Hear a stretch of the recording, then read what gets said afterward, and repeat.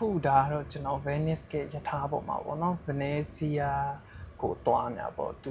train station နာမည်က Venezia Santa Lucia လို့ခေါ်ရပေါ့နော် Venice က mainland ကနေပြီးတော့ Venezia ဆိုရဲကျွန်းလိုမျိုးနေရာကိုသွားနေတာပေါ့နော်အဲ့ဒီနေရာအလုံးက tourist attraction လူတွေအများစုသွားလဲတဲ့နေရာတော်တော်လေးကိုလည်းလှတယ်ပေါ့နော်သူကကျွန်းလိုမျိုးလောက်ထားတာပေါ့နော်ဒီဟာကတော့ ticket ပေါ့သူက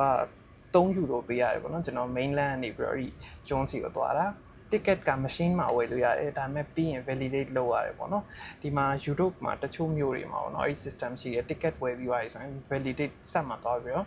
ticket ကို3ပါတယ်ဆိုပြီးတော့အဲ့လိုမျိုးthey don't truth လို့မျိုးပေါ့ဗျာတခုလောက်ရတယ်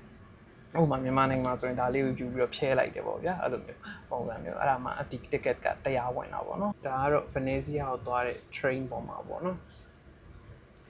train ကြီးကလှပါတယ်အသက်ကြီးပါ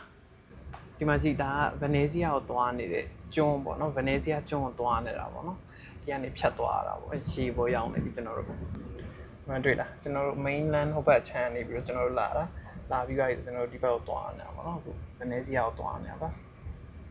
ဒီမှာပါဒါကတော့ Venezia ပေါ့နော်ကျွန်တော်တို့လာတဲ့ကျွန်းကိုရောက်လာပါပြီဒါကတော့အခုကျွန်တော်တို့ Venezia ကိုရောက်လာပြီပေါ့နော်အဲ့တော့နောက်ဗီဒီယိုတွေမှာကျွန်တော်နဲ့တူတူ Venezia ကို explore လုပ်လိုက်အောင်